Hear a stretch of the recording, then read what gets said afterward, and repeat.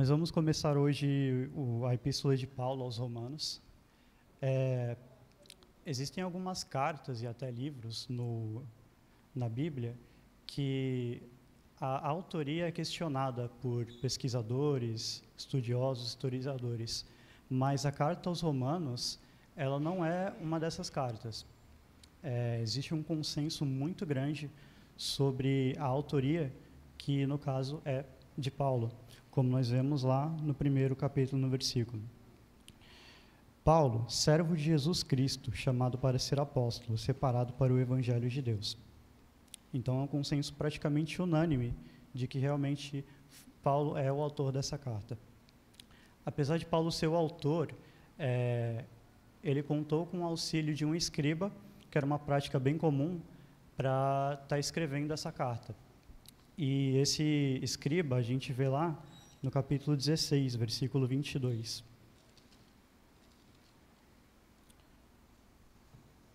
Romanos 16, 22. Esse escriba, que se chamava Tércio, ele deixa uma saudação no final da carta. Eu, Tércio, que escrevi esta epístola, vos saúdo no Senhor. Além disso, nesse contexto, Roma já tinha um sistema de correio até, só que esse sistema ele não era acessível a pessoas comuns, era um sistema reservado ao governo e a pessoas de classes mais elevadas. Então, para que essa carta pudesse ser entregue, Paulo ele contava com a ajuda dos irmãos na igreja. E a gente vê lá também no primeiro versículo de Romanos 16, uma mulher cristã chamada Febe. Romanos 16, 1 e 2. Recomendo-vos a nossa irmã Febe, que está servindo a igreja em Cencreia, para que recebais no Senhor como convém aos santos e ajudeis em tudo de vós vier a precisar, porque tem sido protetora de muitos, e de mim inclusive. Então Febe, ela provavelmente foi a pessoa responsável por entregar essa carta aos romanos. Ela era de Cencreia, que é um porto próximo a Corinto, que é de onde Paulo escreveu essa carta, como a gente vai ver já já. E sobre Roma, nesse contexto, era a maior cidade do mundo.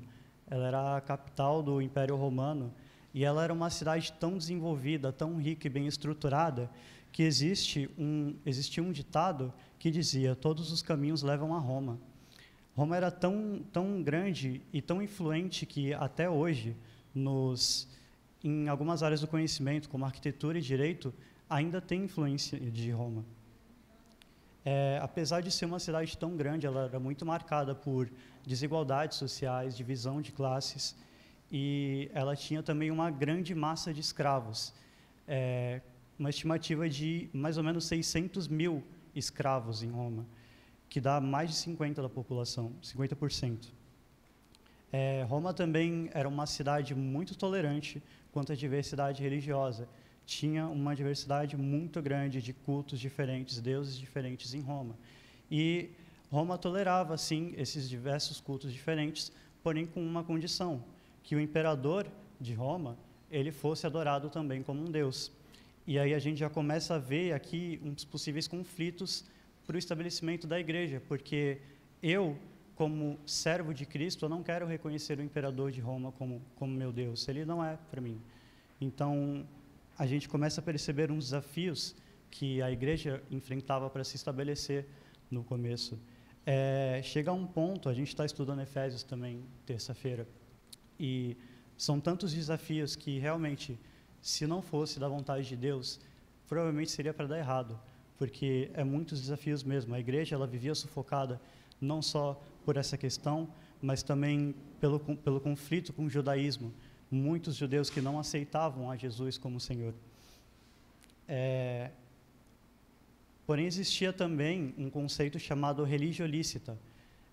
Basicamente, os judeus eles podiam sim cultuar e serem isentos de prestar culto ao imperador em si. Então, os judeus eles podiam sim se estabelecer naquela região, mas a princípio os cristãos eles não tinham esse direito. A igreja em Roma ela é confirmada inclusive por registros históricos. Um exemplo é o Impulsore Cresto, que é um decreto feito em 49 depois de Cristo, onde Cláudio, ele decreta que os judeus sejam expulsos de Roma. O motivo disso é que estava acontecendo tumultos na cidade que foram causados por um tal de Cresto. Nós sabemos que esse Cresto, no caso, ele estava se referindo a Cristo, foi algum erro ali que aconteceu na escrita, e, inclusive, na Bíblia vai falar sobre a situação. 2 judeus, inclusive, que foram expulsos, se tornaram companheiros de Paulo. E nós vemos isso lá no livro de Atos, capítulo 18, versículo 2. Alguém pode fazer essa leitura? Atos 18, 2.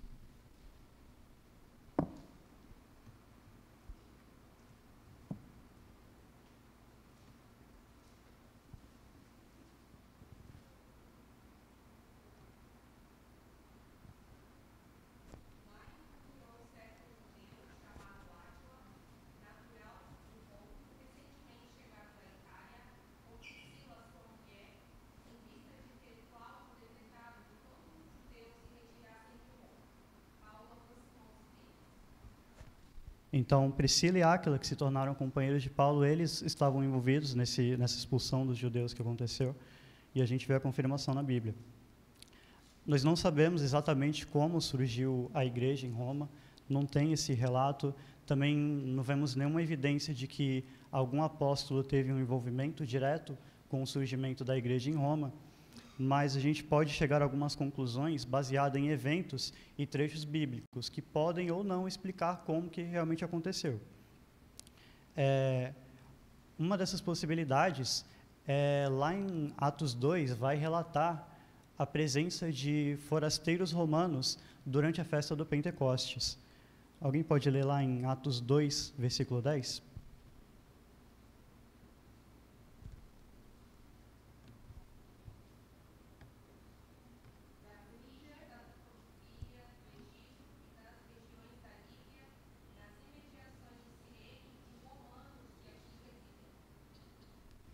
Então, a gente vê que havia a presença de romanos durante a festa de Pentecostes.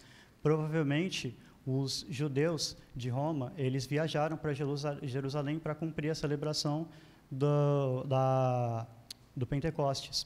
E ali, durante o Pentecostes, como os apóstolos já estavam pregando de Cristo, provavelmente alguns desses judeus, eles ouviram a palavra e se converteram. Eles aceitaram a Cristo como seu Senhor, e ao voltar para Roma, eles puderam ali então começar a estabelecer a igreja. Inclusive, é possível que tenha ocorrido a imposição de mãos de alguns dos apóstolos sobre esses irmãos, e eles então receberam o Espírito Santo e os dons espirituais para poderem dirigir e liderar a igreja em Roma. E Paulo, inclusive, ele vai citar lá em Romanos 15, 14, que ele reconhece, sim, que provavelmente aqueles irmãos eram aptos para se admoestar. E certo estou, meus irmãos, sim, eu mesmo, a vosso respeito, de que estáis possuídos de bondade, cheios de todo conhecimento, aptos para vos admoestarem uns aos outros. Então, esses irmãos de Roma, apesar de provavelmente não ter tido nenhum envolvimento dos apóstolos na fundação daquela igreja, eles eram sim aptos para se admoestarem, então eles conseguiam manter a congregação funcionando.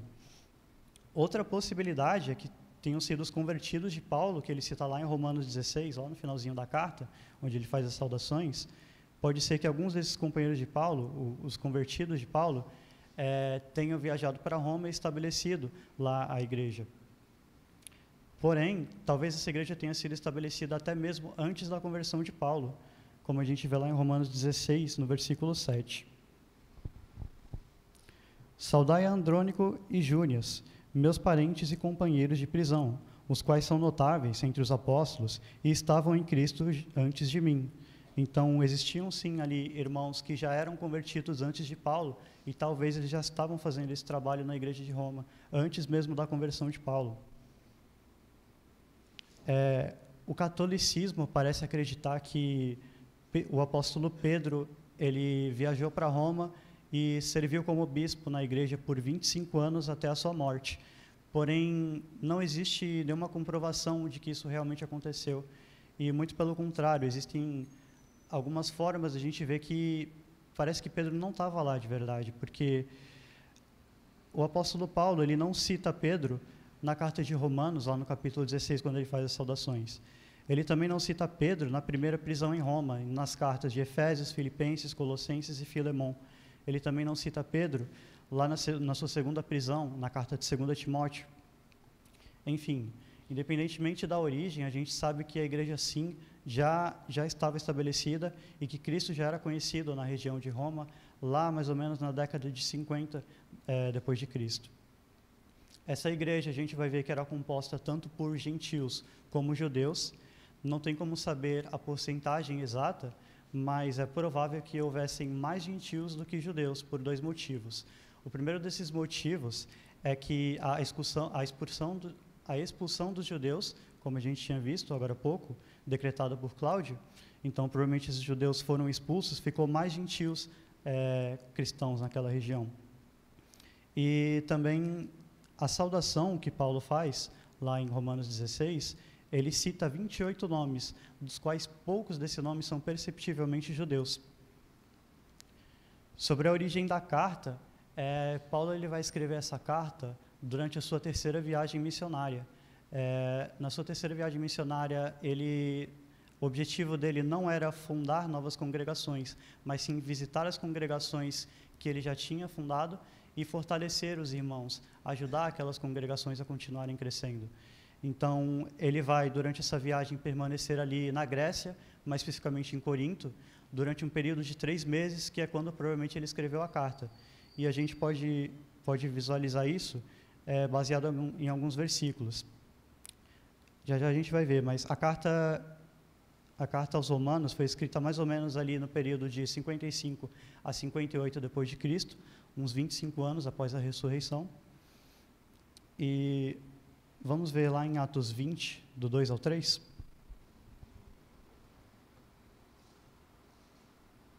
Alguém pode fazer essa leitura?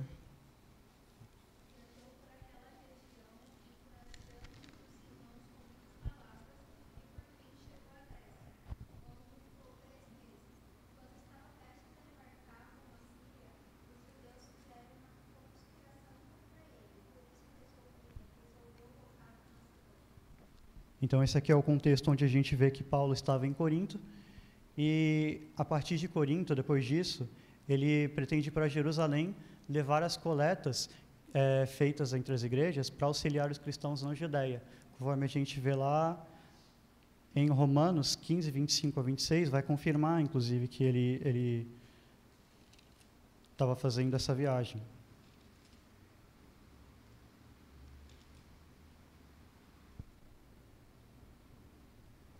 Romanos 15, 25 e 26. Mas agora estou de partida para Jerusalém, a serviço dos santos, porque aprove a Macedônia e a Acaia levantar uma oferta em benefício dos pobres dentre os santos, dos que vivem em Jerusalém.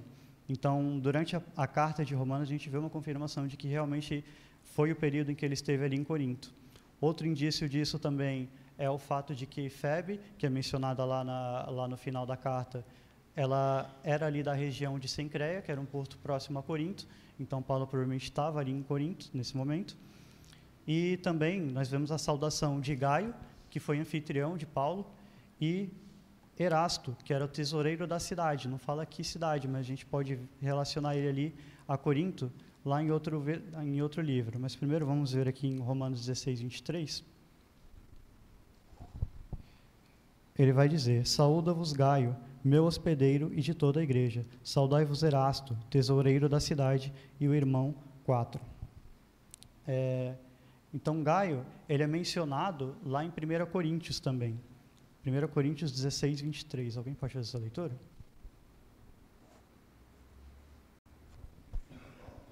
Primeira Coríntios, capítulo 1, versículo 14, desculpa.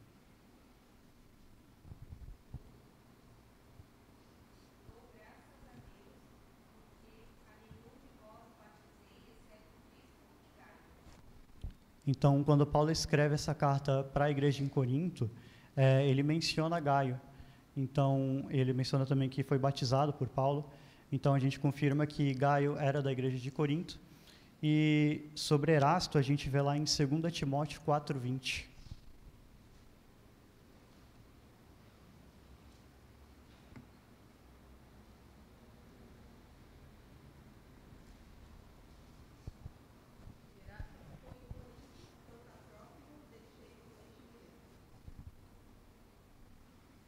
Então, Erasto ele fica ali na região de Corinto. A gente vê que provavelmente ele era da região de Corinto, então aquela cidade da qual ele era tesoureiro provavelmente estava se referindo justamente a Corinto. A Epístola aos Romanos ela é a primeira carta que aparece na disposição da ordem bíblica, porém ela não foi a primeira carta escrita por Paulo. Paulo, antes de escrever essa carta, ele escreveu 1ª e 2ª Tessalonicenses, Gálatas, 1ª e 2ª Coríntios. Então, Romanos foi a 6ª carta de Paulo. A questão dela ser a primeira carta que aparece na ordem bíblica é mais uma questão de editorial mesmo. Foi uma decisão editorial. Então, a gente vai ver algumas versões que pode variar essa ordem, dependendo do contexto, dependendo da região. Existem algumas regiões em que tem uma ordem diferente. Essa ordem que a gente encontra Romanos, vindo primeira, geralmente é porque as cartas elas foram ordenadas em ordem de tamanho, com algumas exceções. Por exemplo, quando a carta tem continuação, 1ª e 2ª, ela é colocada junta. Mas é muito interessante essa carta vir logo após Atos, porque a gente vê uma conexão entre Atos e Romanos, porque Atos ele vai dar a condição da salvação, enquanto Romanos vai dar os fundamentos da salvação, é um aprofundamento. Atos vai dizer o quê, enquanto Romanos vai dizer como e por quê. Então, quando a gente faz uma leitura de um evangelho, seguida de Atos e depois Romanos, a gente consegue ver que tem uma base muito sólida do entendimento do evangelho, só baseado nessa sequência. É interessante também que talvez Paulo considerasse a possibilidade dele nem sequer chegar em Roma quando ele estava escrevendo essa carta. A gente sabe que o Espírito Santo ele ia guiando Paulo, e de cidade em cidade ele revelava para Paulo o que ia acontecer. E lá em Atos 21, vai falar de uma situação. Vamos ler lá, Atos 21, 10 ao 14?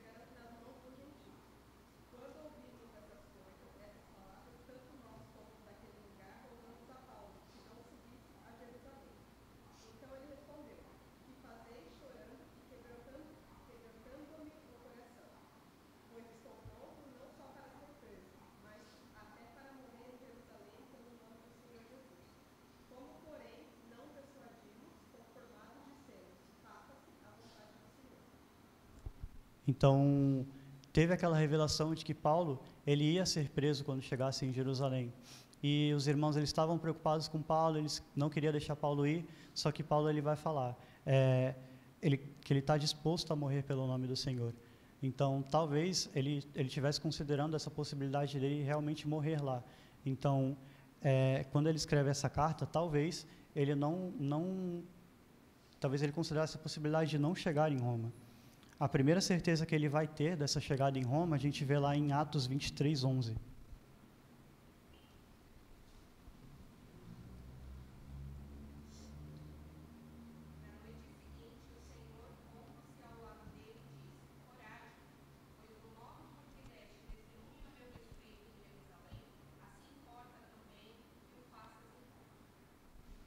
Então, a gente vê que aqui Paulo, agora sim, ele tem a certeza de que ele vai chegar em Roma, e ele chega realmente, só que ele chega em Roma como preso.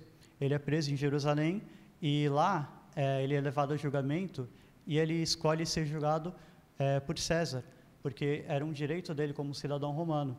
Então, ele faz essa escolha, e essa escolha ela é determinante para que ele conseguisse chegar em Roma. A gente vê isso lá em Atos 25, do 9 ao 12.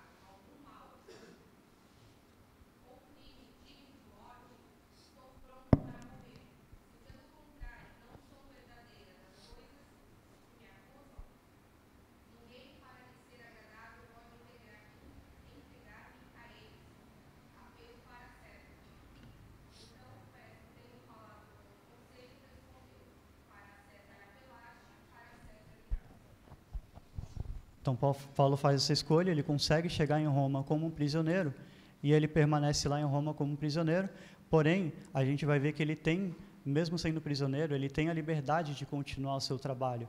Ele continua fazendo a evangelização lá, ele continua apoiando os irmãos e escreve novas cartas enquanto está em Roma. A gente vê isso lá em Atos 28, do 30 ao 31.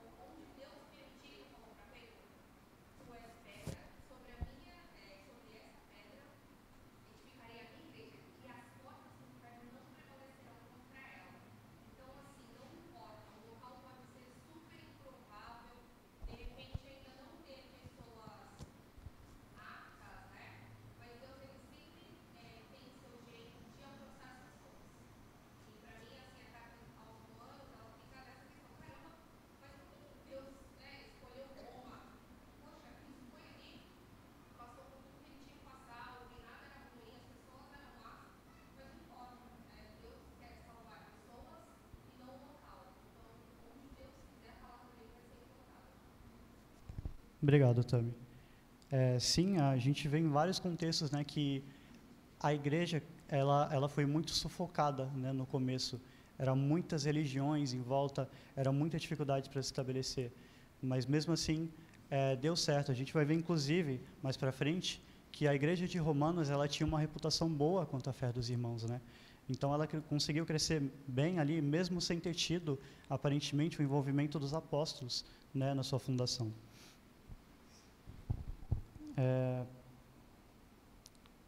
A gente leu Atos 28, né?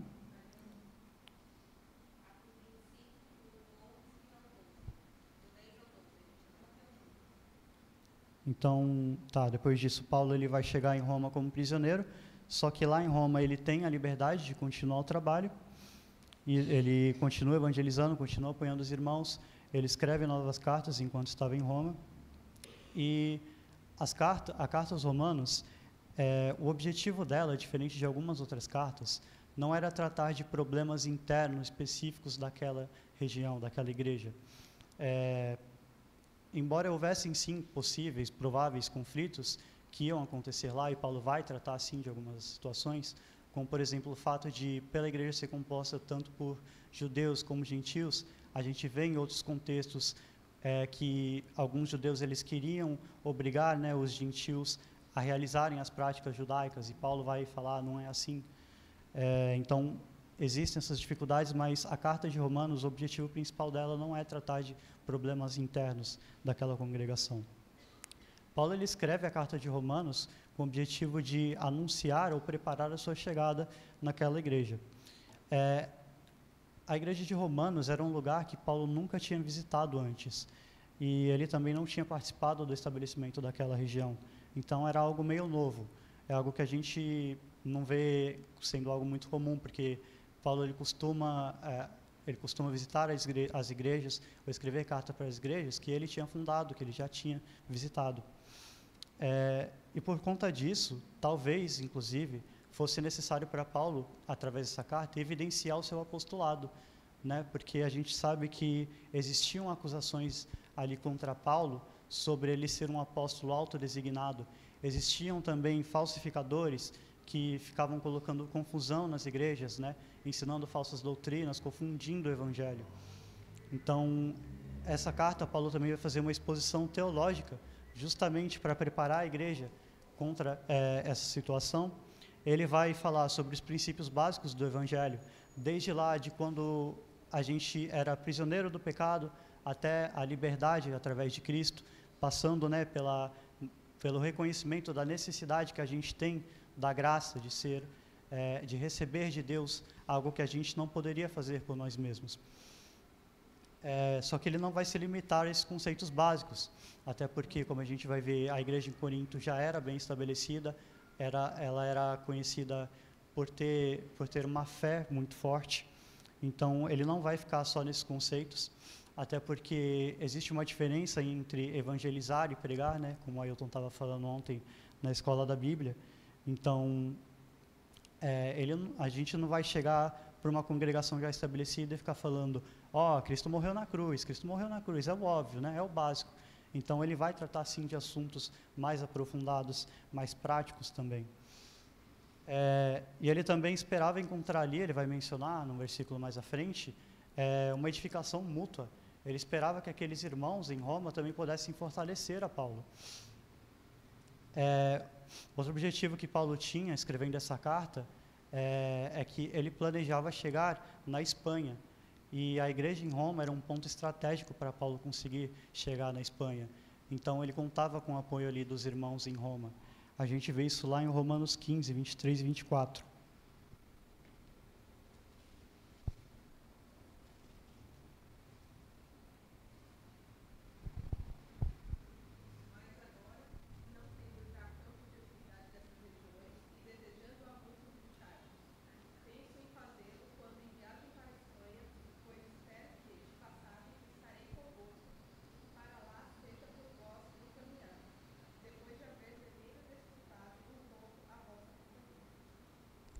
Então, Paulo ele avisa a congregação de que ele planejava passar lá, ia desfrutar um pouco da companhia dos irmãos, e então ele ia partir de lá para Roma.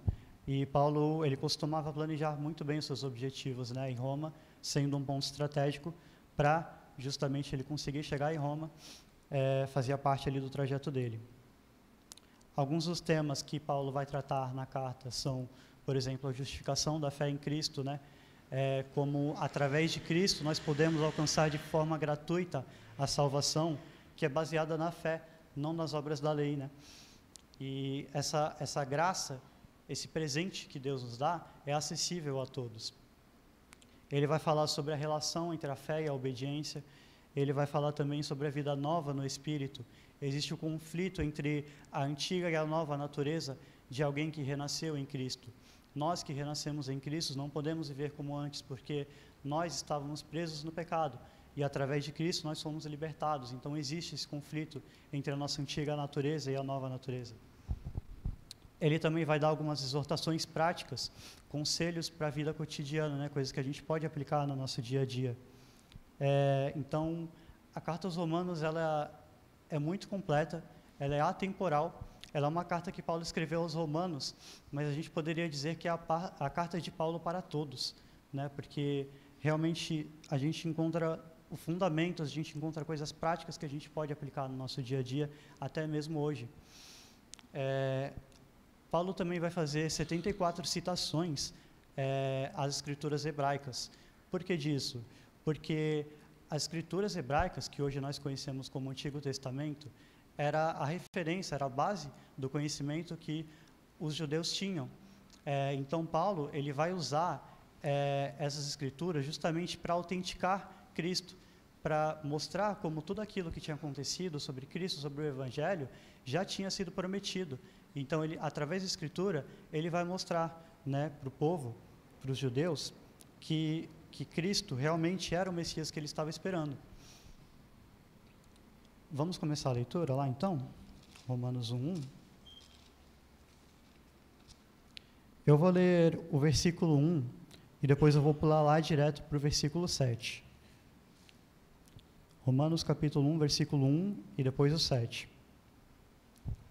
Paulo, servo de Jesus Cristo, chamado para ser apóstolo, separado para o evangelho de Deus. E aí, versículo 7. A todos os amados de Deus que estáis em Roma, chamados para ser de santos, Graça a vós outros e paz da parte de Deus, nosso Pai e Senhor Jesus Cristo. Por que eu pulei do versículo 1 para o 7? Porque a gente vê, quando a gente lê esses dois versículos, que já segue, só esses dois versículos, eles são suficientes, eles são uma estrutura coesa com o que era o padrão de uma carta naquela época. Já continha, então, a apresentação do autor, já continha a especificação do destinatário e também a saudação. Era assim que as cartas elas eram escritas, e a gente vê que esses dois versículos, por si só, eles já são suficientes para servir como uma saudação. Só que nessa introdução de Romanos, do versículo 1 ao 7, a gente encontra 5 versículos entre essa estrutura. Então, a gente vê como que a carta vai ser aprofundada, porque nesses 5 versículos, Paulo já vai apresentar bastante fundamentos sobre o Evangelho. No versículo 1, ele vai falar, Paulo, servo de Jesus Cristo. Então, ele vai se apresentar das duas formas, tanto como servo de Jesus e como apóstolo. Só que, primeiro, ele se apresenta como servo. É interessante isso, porque servo, os romanos eles entendiam muito bem o significado da palavra. Servo vem de doulos, que é a mesma origem de escravo. Paulo ele está se apresentando como um escravo de Jesus para os romanos. E ser escravo para os romanos é algo vergonhoso. Ser escravo é você ser propriedade de uma pessoa, é não ter direitos. O único propósito de um escravo seria agradar ao seu senhor. Porém, Paulo ele se apresenta dessa forma e ele não se envergonha disso. E ele se apresenta dessa forma antes mesmo de se apresentar como apóstolo. A gente vê como é prioridade para Paulo ele mostrar que ele era servo, né? Então, não pode ser vergonha para um cristão a gente se ver como um servo, porque é isso que nós somos, servos de Cristo. E Cristo vai ensinar até mesmo a servirmos aos nossos irmãos. Vamos dar uma lida lá em 1 Coríntios 6:19.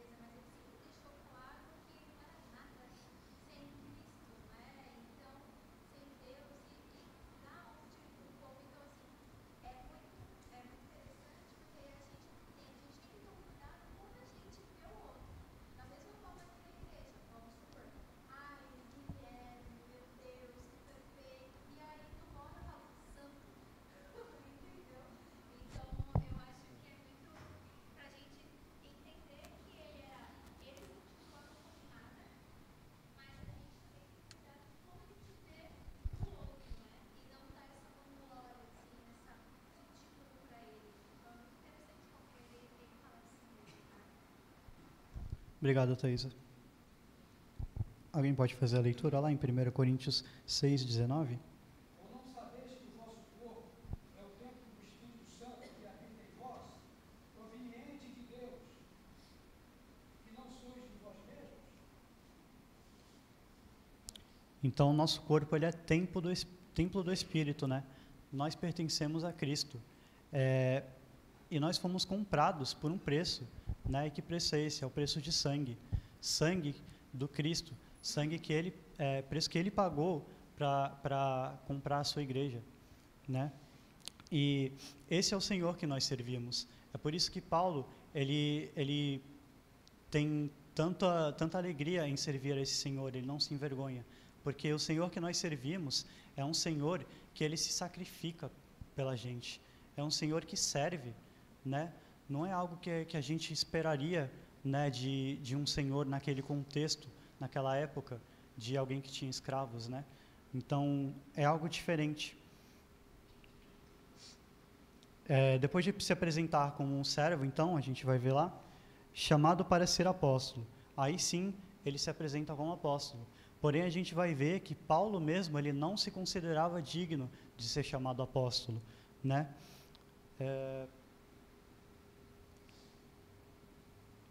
Só uma referência a Mateus 23:11, Cristo vai falar, mas o maior dentre vós será o vosso servo. Então, Paulo, ele não se reconhecia, ele não se achava digno de ser chamado apóstolo. E alguns críticos, eles falavam que Paulo era um apóstolo autodesignado, né? Mas a gente vê na Bíblia que Paulo, ele foi chamado lá no caminho para Damasco diretamente pelo Cristo. E Cristo vai dar essa missão para ele, de levar o Evangelho. E através dali ele se torna um apóstolo.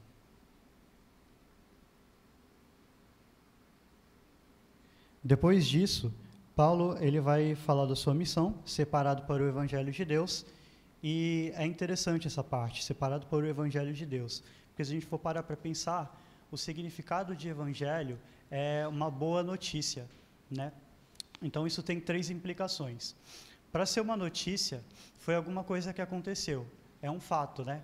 Então, para a gente levar essa notícia, a gente tem que entender o que aconteceu, a gente tem que ter certeza de que isso foi um fato, porque se não aconteceu, se a gente está levando algo que não aconteceu, é uma desinformação, não é uma notícia.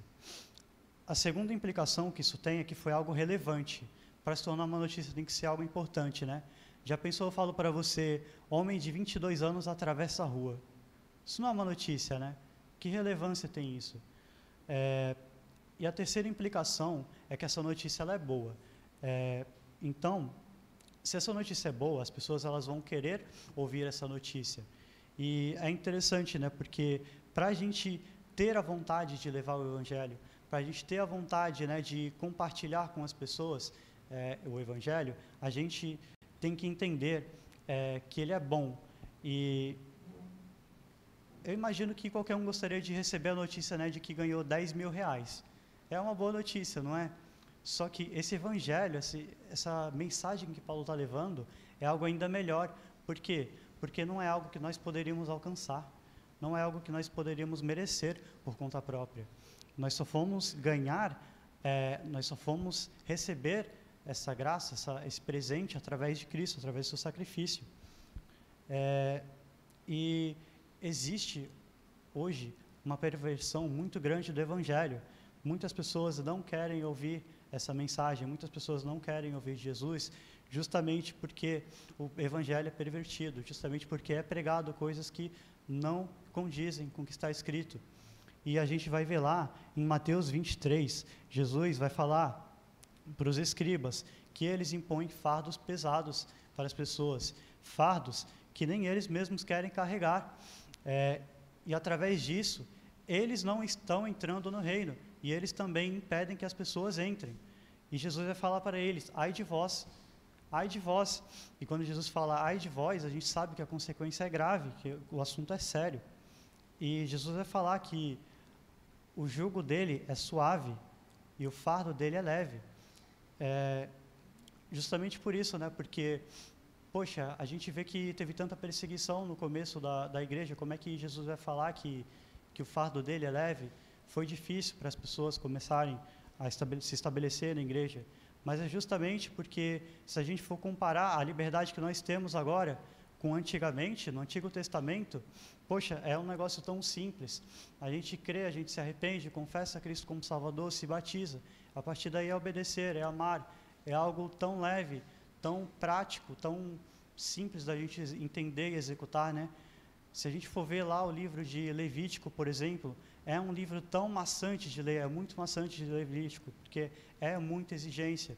E lá em Levítico a gente vai ver como que o povo alcançava perdão pelos seus pecados, eles ofereciam sacrifícios. E Jesus, ele vai ser o Cordeiro de Deus, que foi o sacrifício para que a gente pudesse ser libertado dos nossos pecados. Então a dívida foi paga, né? Nós temos hoje liberdade. É por isso que Jesus vai falar, o meu fardo é leve, o meu jugo é suave, né? Então esse é o Senhor que nós servimos, é um Senhor que se sacrifica pela gente.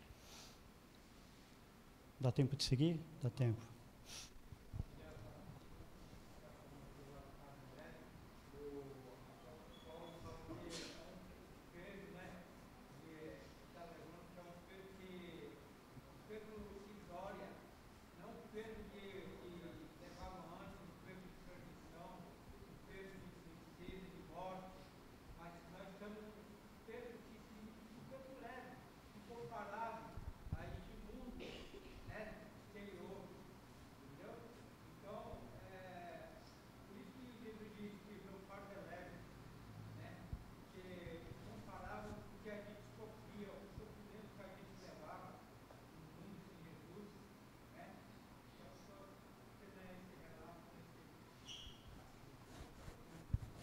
Obrigado, irmão. Versículo 2. O qual foi, por Deus, outrora prometido, por intermédio dos seus profetas, nas Escrituras Sagradas. No versículo 2, então, Paulo vai falar que o Evangelho já tinha sido prometido e ele vai usar o Velho Testamento como base do conhecimento dos judeus para poder comprovar justamente esse Evangelho, para poder mostrar, né, que a nova aliança já tinha sido estabelecida, que o Messias, que o povo tanto esperava, já chegou, né? Os judeus, eles tinham conhecimento, eles só precisavam enxergar que Cristo já tinha vindo. Esse é um versículo que costuma passar batido para a gente, né, que já conhece o Evangelho, mas é muito relevante para aquele contexto, esclarecer essa relação, porque é dessa forma que Cristo é testificado. As Escrituras, o Velho Testamento, ele justamente ele serve justamente para autenticar o Cristo.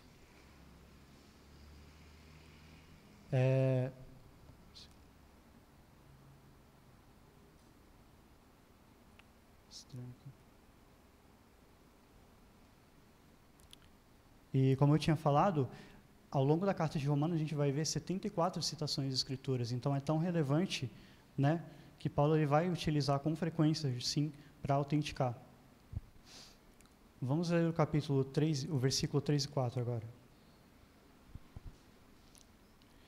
Com respeito a seu filho, o qual, segundo a carne, veio da descendência de Davi, e foi designado Filho de Deus com poder, segundo o Espírito de santidade, pela ressurreição dos mortos, a saber, Jesus Cristo, nosso Senhor. Então, Paulo aqui nos versículos 3 e 4, ele vai apresentar Jesus de duas formas. A primeira forma é segundo a carne. Jesus, ele foi 100% humano. E Paulo, ele vai mencionar, sim, Jesus como descendente de Davi, a gente sabe, através de Maria. Maria também era da descendência de Davi. E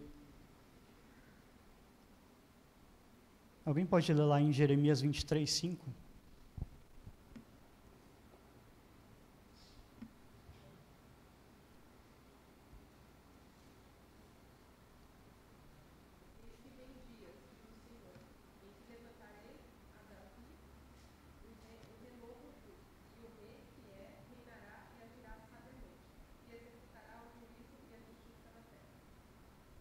Então, lá em Jeremias, a gente já vê a confirmação, né, de onde viria o Cristo.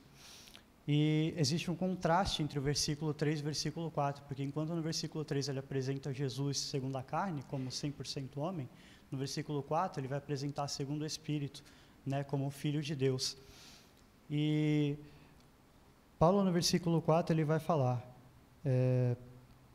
designado Filho de Deus com poder, segundo o Espírito de Santidade, pela ressurreição dos mortos. Jesus, ele não passa a ser o Filho de Deus ali através da ressurreição. A ressurreição é a forma de declarar Jesus como Filho de Deus. Ele já era divino, né? Como a gente vê lá em João capítulo 1, versículo 1, no princípio era o verbo, reticências, e o verbo era Deus. E no versículo 14, o verbo se fez carne. Em João 8,58, antes que Abraão existisse, eu sou. Cristo já tinha, sim, essa natureza divina. A cruz, a ressurreição, vai servir para declarar que Jesus era o Filho de Deus. A gente vê lá em Mateus 27, a partir do versículo 40, as pessoas zombando de Jesus na cruz, falando, se tu é o Filho de Deus, desce, se salva. Né?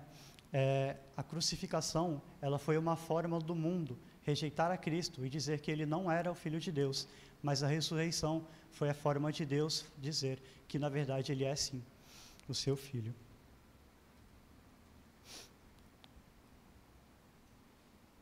E no final do versículo 4, é interessante que, deixa eu ler aqui, Paulo vai falar, a saber, Jesus Cristo nosso Senhor. Ele usa as palavras Cristo, né, que significa Messias, que era o rei esperado pelos judeus, e Senhor, né, que significa soberano, que são termos relevantes tanto para os judeus e como para os gentios. Então a gente vê como Paulo, ele tenta alcançar ambos os públicos, né, através da carta. Vamos parar por aqui?